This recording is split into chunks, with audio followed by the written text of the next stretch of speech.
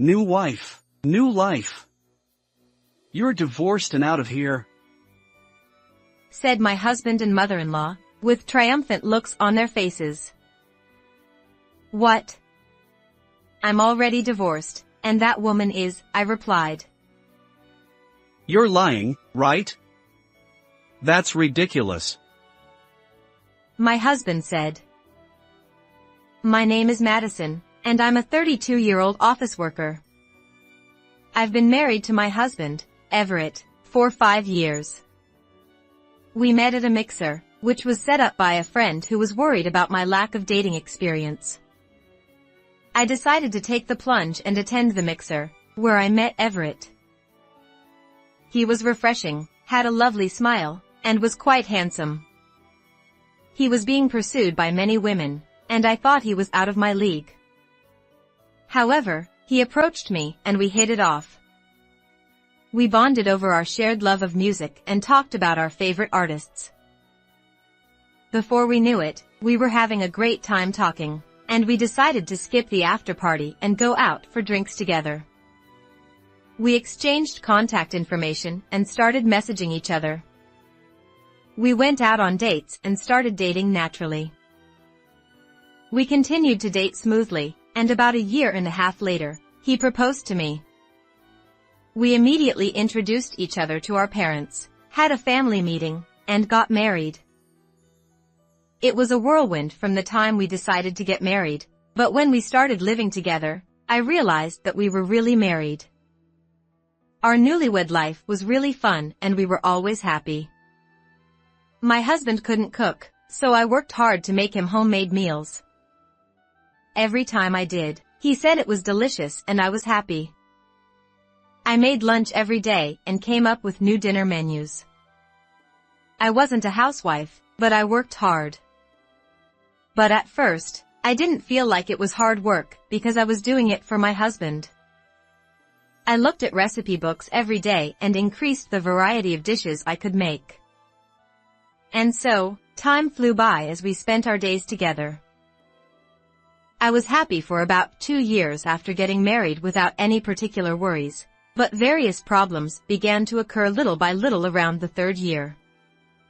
The first problem that occurred was a pressure problem from my mother-in-law when my husband and I visited my husband's parents' house. Oh, Madison. You look so ordinary. When will I be able to see my grandchild's face? Well. It's been 2 years since you got married, right? Then you should have a child. That's what normal people do, don't they?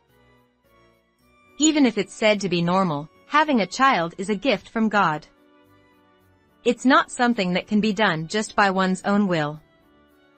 Even so, it's difficult to be told such an unreasonable demand. Well, I'll do my best to have a child. How are you going to do your best?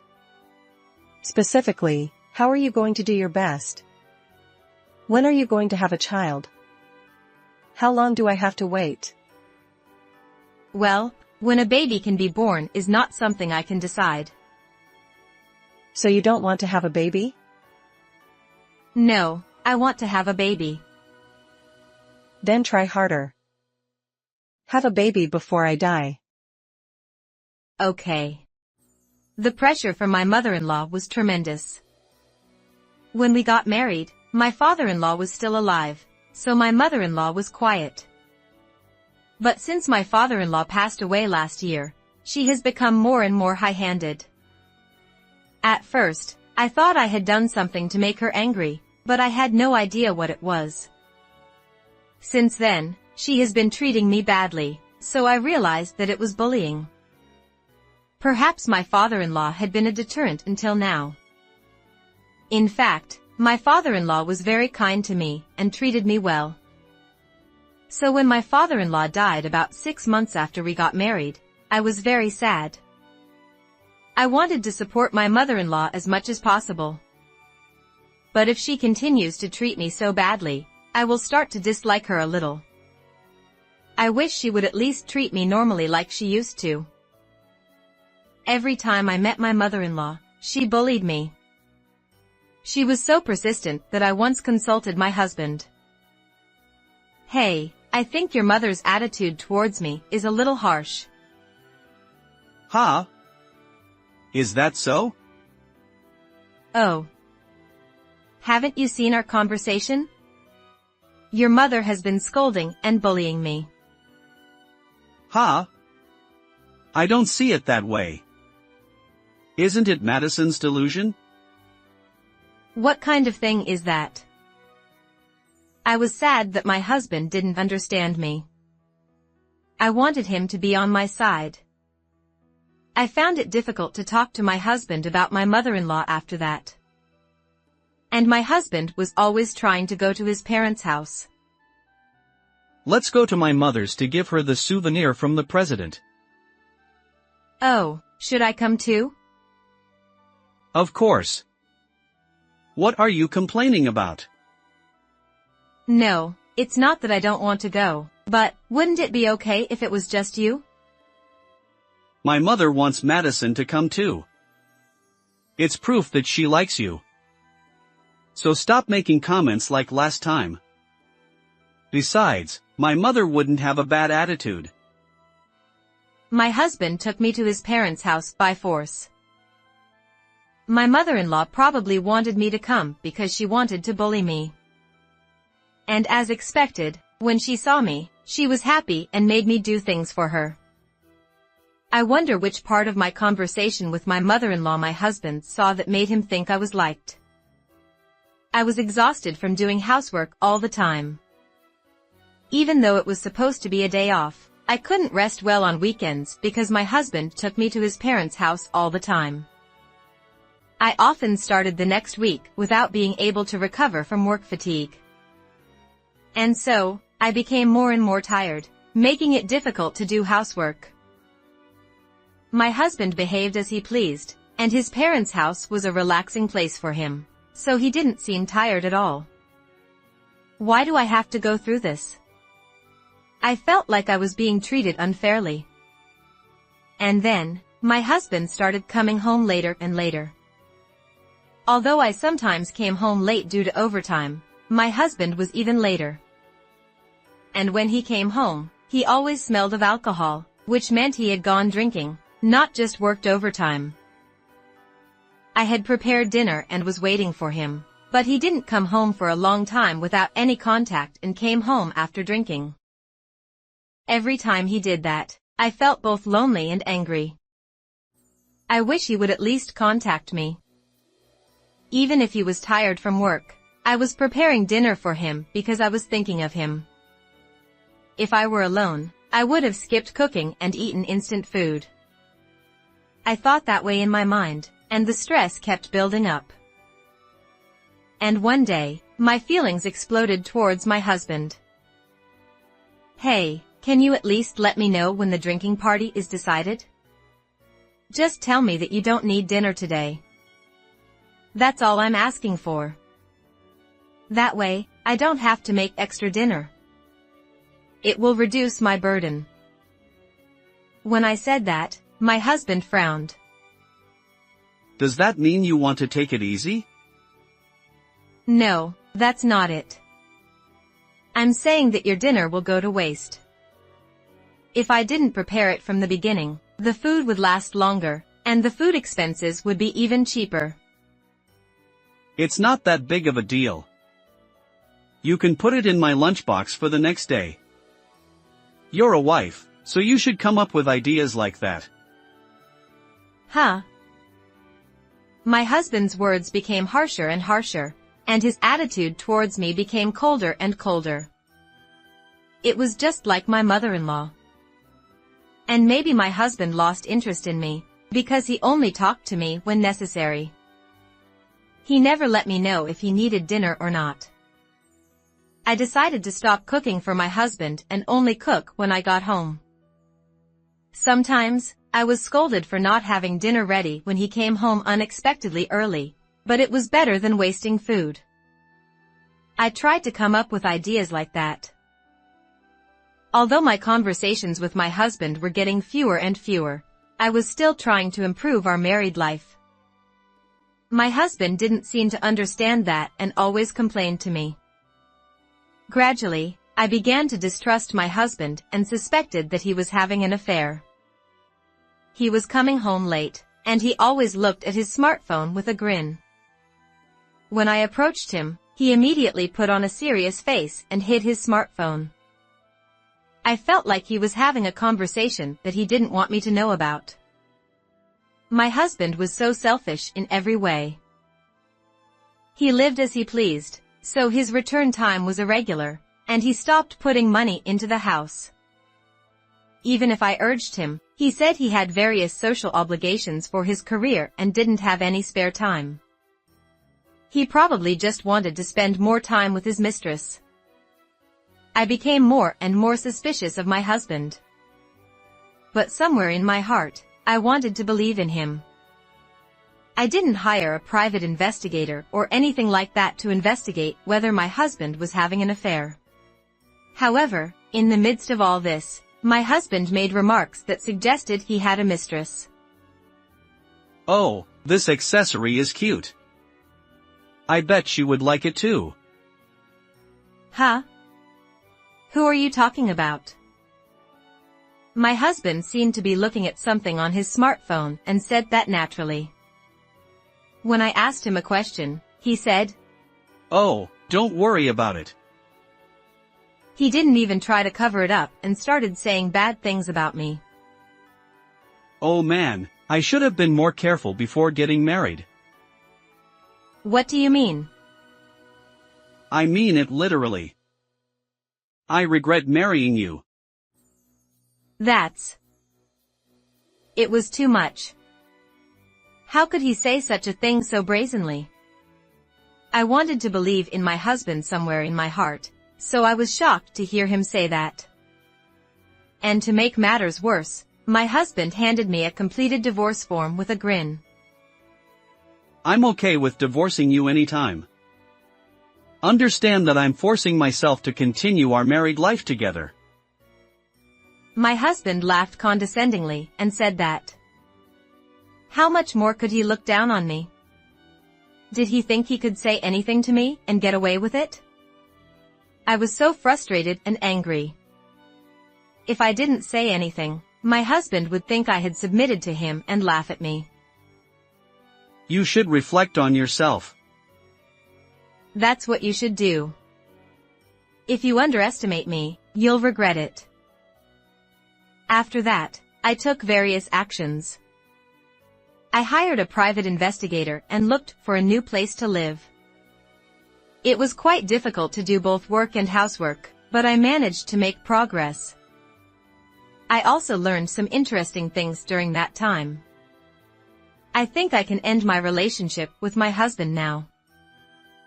In the meantime, one day, my husband suddenly told me to go to his parents' house. I honestly didn't want to see my mother-in-law's face anymore, but my husband was persistent, so I went. And he said there was something important to talk about. What do you want to talk about? Don't worry, it's a surprise. My husband grinned and said that. What could it be? Finally, when we arrived at his parents' house, my mother-in-law greeted me with a grin. I felt disgusted as I entered their house. Then I saw a young woman in the living room. Are you surprised? Her name is Samantha and she's my new wife. New wife? Yeah, that's right. She's pregnant with my child. Pregnant. So that means she's better than you. She's 10 years younger than you, she's pregnant, and she's beautiful. There's nothing to say. Is that what you want to talk about? That's right. Well, sorry. I'm going to remarry my new wife. You're divorced and out of here. The husband and mother-in-law are looking triumphant as they say this. Do they think I'm shocked? I was trying hard to hold back my laughter. But I couldn't help but laugh. What are you laughing at? Have you finally gone crazy? No, that's not it. You guys are so stupid that I couldn't help but laugh. What? We're stupid? What do you mean? I mean exactly what I said. You're looking triumphant, but you haven't won anything. What? I get it. You're just being a sore loser? I see. That's what it is. You're in shock because you're getting divorced? The husband and mother-in-law laugh at this. The mistress is also laughing triumphantly. But I calmly retorted. Huh? I'm already divorced, and that woman is. Huh. When I told them the truth, the two of them were speechless. What? That's a lie. That's ridiculous. It's impossible for Samantha to have another man. Don't make things up. The husband's face turned red as he said this.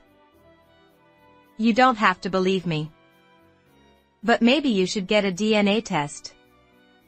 You might just be being used for your convenience. I was so strong that my husband was trembling. And the mistress's smile disappeared and her face twisted. After that, I showed them a certain photo. It was the result of a private detective's investigation. You said you were having an affair earlier, so you might not need this photo. But you might need it. It was a photo of the mistress entering a hotel with a man other than my husband. And there were several people, all with different men. When the husband and mother-in-law saw the photos, they turned red and scolded the mistress. Hey!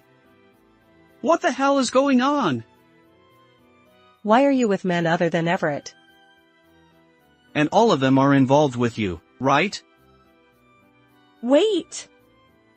But the child in my belly is Everett's. How can we believe that? We're going to do a DNA test. No! The mistress was pale. Well then, I'm going home. You'll pay me compensation properly. And we'll communicate through lawyers. Wait, Madison! I'm the victim here. Don't say such scary things like compensation. That's right. I'm the only victim here. The fact that you had an affair won't disappear no matter who the father of the child in this woman's belly is. And as I said earlier, we're already divorced, so we're strangers. Thanks for giving me the completed divorce form. Well then, goodbye. My husband and mother-in-law slumped on the spot. The mistress didn't expect it to turn into such a mess and was frozen with a pale face. I left my in-laws' house thinking that they got what they deserved. Afterwards, I claimed compensation from my ex-husband and his mistress through a lawyer. I sent a registered letter to their workplace, so the fact of their affair became known to my ex-husband's colleagues, and it became a big problem. My ex-husband had always acted like a loving husband and was respected by his colleagues. Therefore, the fact of his affair damaged him more than I had imagined. He was scorned by those around him, and his boss stopped giving him work altogether. He was relegated, his salary decreased, and he worked hard every day to pay the compensation. Moreover, it turned out that the child of his mistress was not his, and they broke up. My ex-mother-in-law was so shocked that she fell ill.